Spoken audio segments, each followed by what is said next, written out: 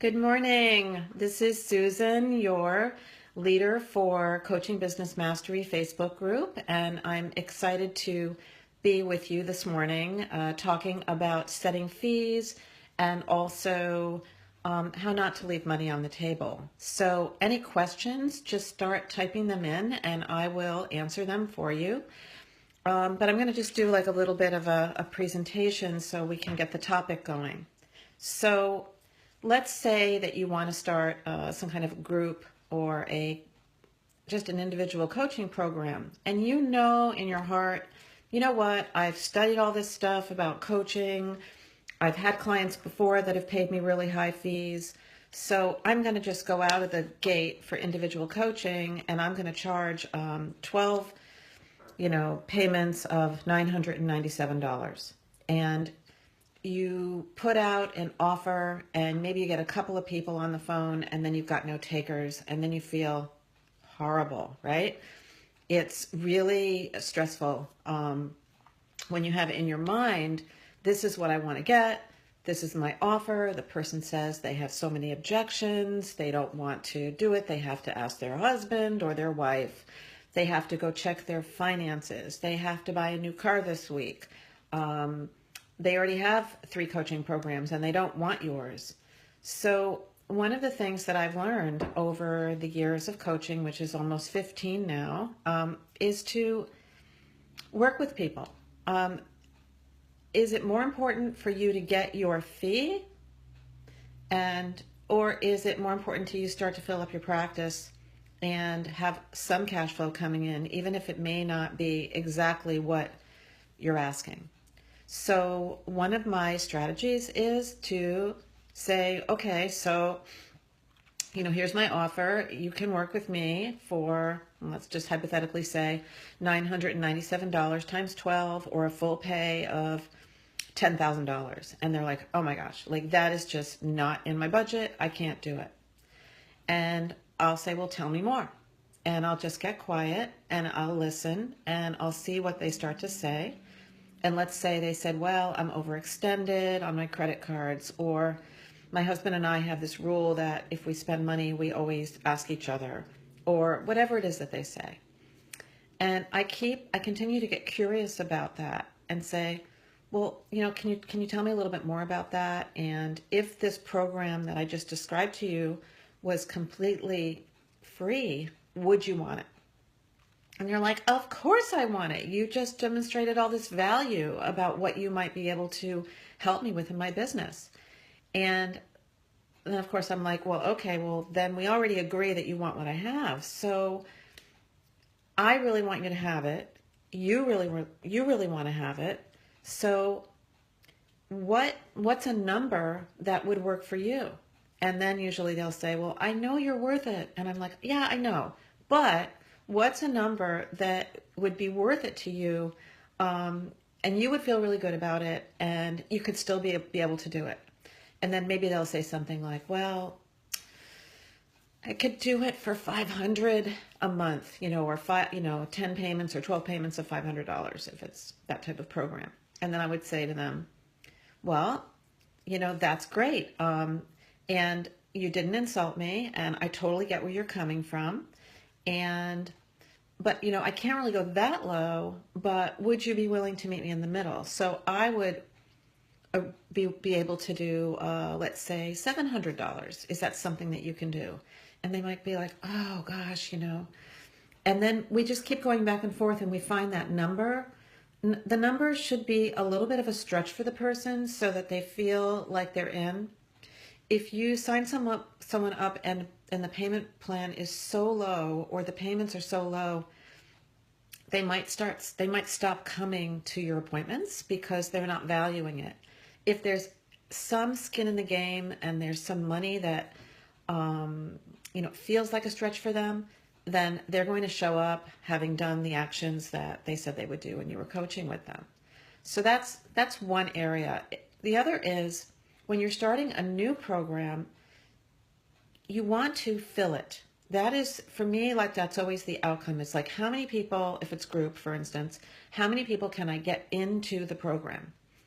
And the more people I get into the program and the more bandwidth I have about delivering that program, now it depends on what you're doing. Of course, you have to, if you're doing a big group coaching program, you might have to add more sessions. You might have to stagger them. You might have to make them longer so everybody feels that they get touched, that they get help in your group.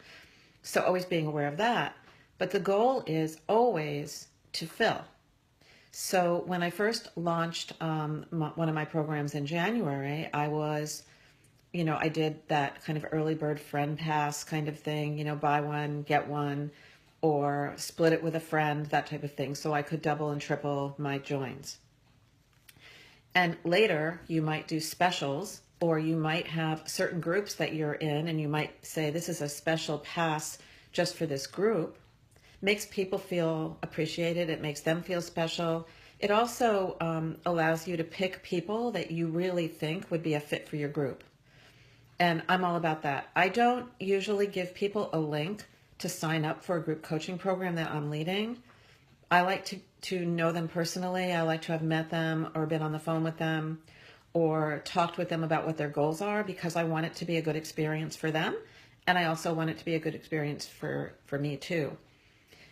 We've all been in group situations where there could be a person that maybe you didn't screen or something like that, and all of a sudden it's getting a little weird. So just, be super careful about always screening the people that are coming in. And I love that, hit reply and let's talk about it, or let's hop on the phone, or what questions or concerns do you have? So the other thing that gets in the way of us with setting our fees and signing up clients is assumptions. We have assumptions. We have assumptions that people can afford our programs, and we have assumptions that people can't afford our programs. And I'll tell you, over the years, I've been on the phone with hundreds and hundreds, I don't even know how many, but like a lot of people that in my mind, I thought, gee, they probably can't afford it. And I'm holding on to that in my head while I'm talking to them, which kind of gets in the way of the process and being present. And the minute I let go of it and I stay completely present with the person that I'm talking to, and then I can get a little bit quiet during that free session that I'm doing, they either talk themselves into something or they talk themselves out of something, and they start to share things that I didn't even ask them those questions, right? If we get quiet and we don't fill all the space, it gives people the opportunity to think out loud.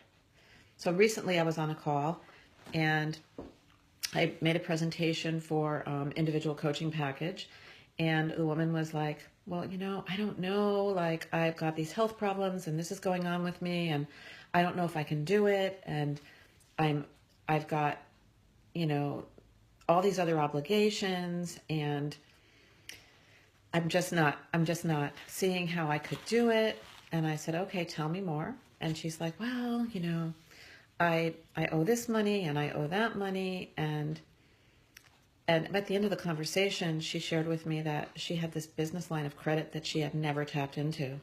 And she's like, I completely forgot about it. I completely forgot I had this business line of credit for I don't remember what it was. It might have been $20,000. And the program I was selling her was not even that much. And she's like, oh my gosh, it's like magic. It's like all of a sudden I manifest this money to be able to do something that I know is going to bring me immense value in my business. So again, just giving people presence, giving people space to allow it, and not making assumptions. You also don't want to pressure people to do something that's not right for them. And you also don't want to sound desperate either. And people can feel that. They can feel desperation. And desperation is just pretty much, telling people that they can do anything they want in order to come into your program. And it kind of diminishes the value. So if you have some questions, I'd love to answer your questions about setting fees, about how you should collect the money, anything to do with money or mindset around money. Please type in your questions and I would love to answer with you. I've been on now for about 5 minutes. I'll probably stay on for about 15 or 20 minutes to give other people a chance to kind of see this that we're live streaming. So tell me about your programs. Tell me what you're charging. Tell me where your hangups are around that. Tell me really what's going on in your business around collecting money, setting your fees. And I'm going to have a drink of coffee.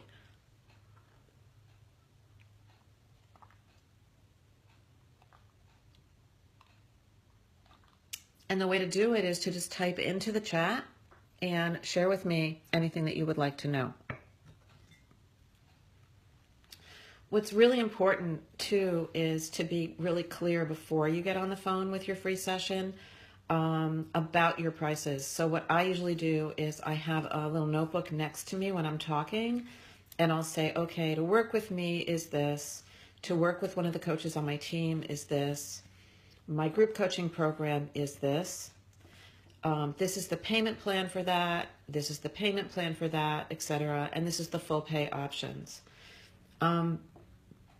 I rarely send people links to sign up or PayPal buttons either.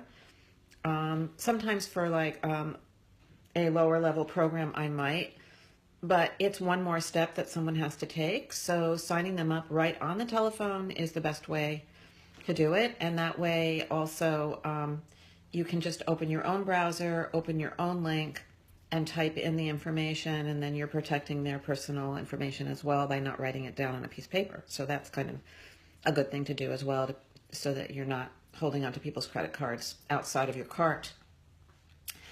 Different ways to take money. If you've been doing this for a really long time, you might want to use one shopping cart. And if you're interested in learning more about that, you can ask me to send you a link on how to, it's not even called that anymore. So I can send you a link on how to join that and look at it. There's a monthly fee for it. But what's really nice about it is it has autoresponders, and you can send your emails out as well from there and create your products. PayPal's great. Square is great. Square and PayPal right now have auto pay features.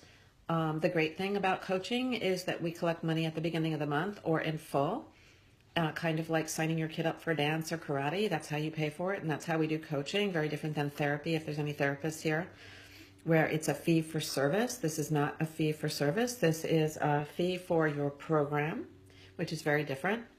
And it allows you to add more value, more value, more value. It's not about trading the hours that you work for the money that you're collecting. It's really about giving people the wow factor of everything that's included in the program.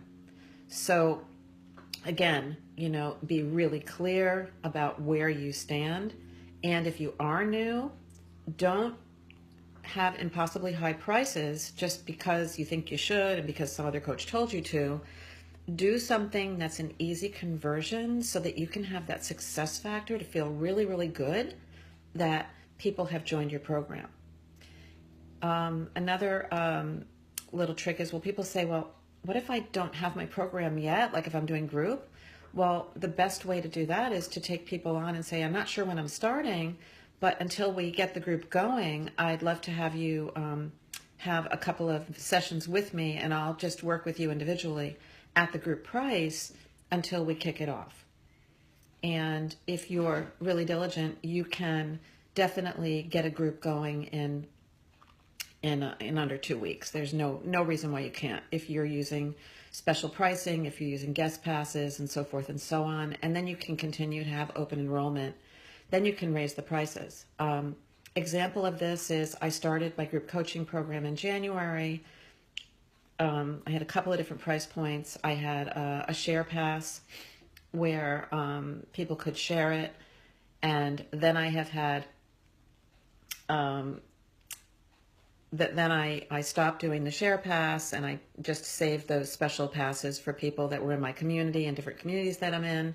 And I still give those out sometimes when I feel like it's optimal to do that.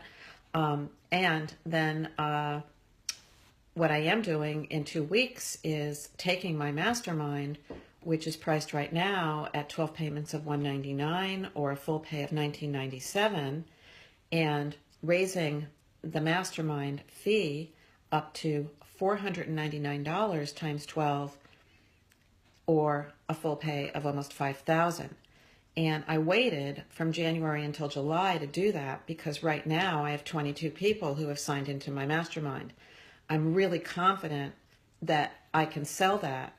And I'm also really confident that people will pay 500 times 12 because I know what the value is. I know I've proven it. I've got testimonials of clients that are in it. And some of my clients that are in my programs are actually doing the same thing with their own group coaching programs and charging more than I'm charging them. So I know that what I have is gold, and I know that the rate of return of investment for the people who are in my program has tripled and sometimes 10x'd what they're paying me.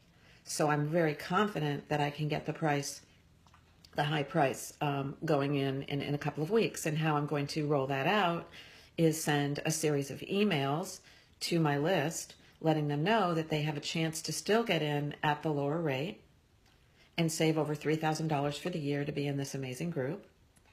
And that after that, the price will go up.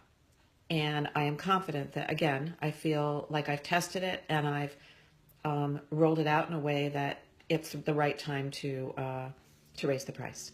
Great. Connie, I have a question from you, and I'm going to open this up so I can read the whole thing. Let's see. I have heard that many coaches on all levels are getting a lot of money objections when enrolling people in programs during a discovery session. I was wondering what your take was on that. I like the idea you mentioned when asking people to tell you more. So some coaches are lowering their prices as a result. I think it's fine to lower your prices. My take on this is start with a higher price. So let's say you really want to get $997 times 12, just for an example. So, and that might be your bottom line. Let's say it's your bottom line.